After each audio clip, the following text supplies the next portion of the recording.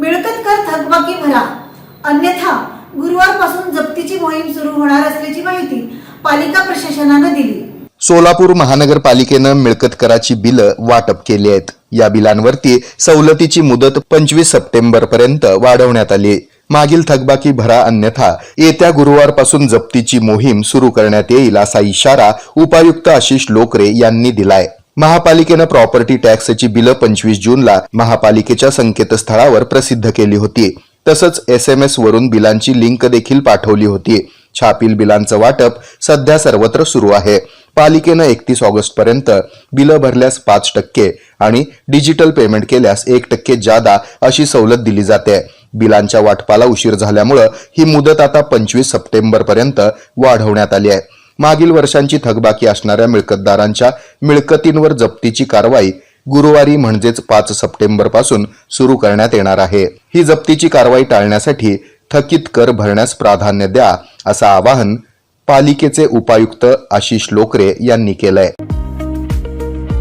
ब्रह्मदेव दादा माने सहकारी bank limited Solapur सोने तारण कर्जावर 9% व्याज दर, प्रति व्यक्ती 4 लाख रुपये कर्जाची सोय, ATM ची सुविधा उपलब्ध, मोबाईल बँकिंग, 24 तास बँकिंग सेवा, NEFT मोबाईल वरून त्वरित रक्कम म्हणजेच फंड्स ट्रान्सफर, IMPS क्षणात इतर बँकेत रक्कम जमा, mini statement, balance inquiry, last 5 IMPS transaction, chequebook मागणी, शाखा अंतर्गत फंड म्हणजेच रक्कम वर्ग करण्याची सुविधा, मोबाईल बँकिंग अंतर्गत IMPS व UPI पेमेंटची सुविधा।